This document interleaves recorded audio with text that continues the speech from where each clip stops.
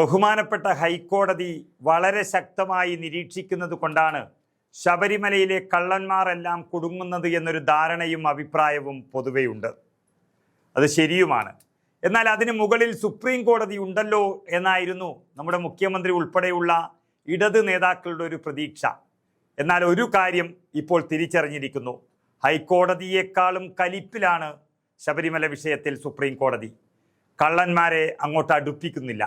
ശബരിമല സ്വർണ്ണക്കൊള്ള കേസിൽ അറസ്റ്റ് ഒഴിവാക്കണമെന്നാവശ്യപ്പെട്ട് ദേവസ്വം ബോർഡിൻ്റെ മുൻ അംഗം KP ശങ്കർദാസ് നൽകിയ ഹർജി സുപ്രീം കോടതി തള്ളിക്കളഞ്ഞു. നിങ്ങൾ ദൈവത്തെ പോലും വെറുതെ വിട്ടില്ല എന്ന അതിരൂക്ഷമായ പ്രതികരണമാണ് സുപ്രീം കോടതിയിൽ നിന്നും ഉണ്ടായിട്ടുള്ളത്. ഇത് കേട്ട് വിറച്ചതോടെ ശങ്കർദാസ് അവിടെ നിന്നും ഓടി രക്ഷപ്പെട്ടു. അതായത് കടകംപള്ളി സുരേന്ദ്രൻ ദേവസ്വം മന്ത്രിയും പത്മകുമാർ ദേവസ്വം പ്രസിഡന്റുമായിരിക്കെ അതിലുണ്ടായിരുന്ന 2 അംഗങ്ങളാണ്, ഒന്ന് N വിജയകുമാറും മറ്റൊന്ന് ശങ്കർദാസും. രണ്ടും ഇടതുമുന്നണിയുടെ വലിയ നേതാക്കൾ. അതിൽ വിജയകുമാർ എന്ന CPM നേതാവ് സ്വർണം കടത്തിയ കേസിൽ ഇപ്പോൾ അകത്ത് കിടക്കുകയാണ്. അത്ര തന്നെ ഉത്തരവാദിത്വവും മോഷണത്തിൽ പങ്കുമുള്ള ശങ്കർദാസ് പക്ഷേ അറസ്റ്റ് ഒഴിവാക്കാൻ വേണ്ടി സുപ്രീം കോടതിയിൽ പോകുകയായിരുന്നു. പണവും സ്വാധീനവും ഉപയോഗിച്ച് സുപ്രീം കോടതിയിൽ പോയാൽ അയ്യപ്പൻ്റെ സ്വർണം കട്ടത് ഇല്ലാതാകുമെന്നാണ് ഇയാൾ കരുതിയത്. പക്ഷേ അർഹിക്കുന്ന അവജ്ഞയോടെ സുപ്രീം കോടതി തള്ളിക്കളഞ്ഞു എന്ന് മാത്രമല്ല, അയ്യപ്പൻ്റെ സ്വർണം മോഷ്ടിച്ചതിന് നല്ല ശകാരവും കിട്ടി സുപ്രീം കോടതിയിൽ നിന്നും ശങ്കർദാസിന്. അതായത് ശബരിമല സ്വർണ്ണക്കൊള്ളക്കേസിൽ മുൻ ബോർഡംഗം ശങ്കർദാസിൻ്റെ എല്ലാ പിഴവുകളും മോഷണത്തിലെ പങ്കും പരിശോധനാ വിധേയമായതിനാൽ ഏത് നിമിഷവും അദ്ദേഹം അറസ്റ്റിലാകും. ജാമ്യം നിഷേധിച്ചതോടെ അതിനുള്ള സാധ്യതയെല്ലാം തെളിഞ്ഞിരിക്കുന്നു. 2018-19 ശബരിമലയിലെ യുവതീ പ്രവേശന പ്രക്ഷോഭത്തെ മറയാക്കിയാണ് അയ്യപ്പൻ്റെ ശ്രീകോവിലിൻ്റെ ചുമരുകളിൽ നിന്ന് സ്വർണം പൊതിഞ്ഞ പാളികളെല്ലാം ഇവർ കടത്തിയത്. ശങ്കർദാസിൻ്റെ മകനും അന്ന് കോട്ടയം SP-യുമായിരുന്ന S ഹരിശങ്കർ ഉൾപ്പെടെയുള്ളവരുടെ അറിവോടെയാണ് 2018 ഡിസംബർ 23-ന് തമിഴ്നാട്ടിൽ നിന്ന് മനീതി സംഘത്തെ ശബരിമലയിൽ എത്തിച്ചത് എന്നാണ് മുഴുവൻ പത്രങ്ങളും അന്ന് വാർത്ത നൽകിയത്.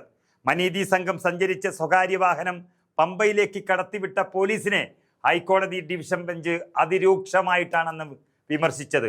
ശബരിമല മേൽനോട്ട സമിതി ഈ റിപ്പോർട്ടിനെ തുടർന്നായിരുന്നു ഹൈക്കോടതി വിമർശനമെന്നതും വളരെ ശ്രദ്ധേയമായിരുന്നു അന്ന്.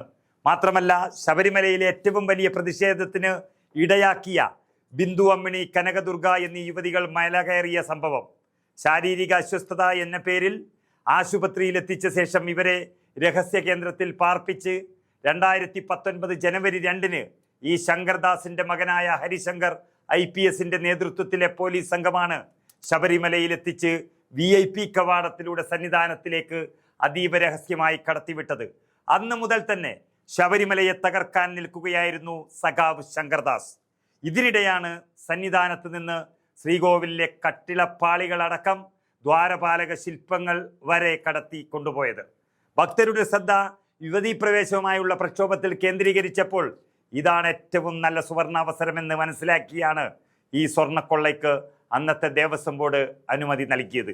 അതിൽ മുന്നിൽ തന്നെ നിൽക്കുകയായിരുന്നു ഈ ശങ്കർദാസ്.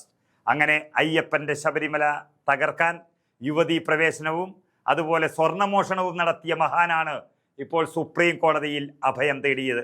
എല്ലാം അറിയുന്ന സുപ്രീം കോടതി കാലിൽ തൊഴിക്കാൻ പാടില്ലാത്തത് കൊണ്ട് തൊഴിച്ചില്ല എന്ന് മാത്രം ആട്ടി ഇറക്കി വിട്ടു ഈ അമ്പലം കള്ളനെ.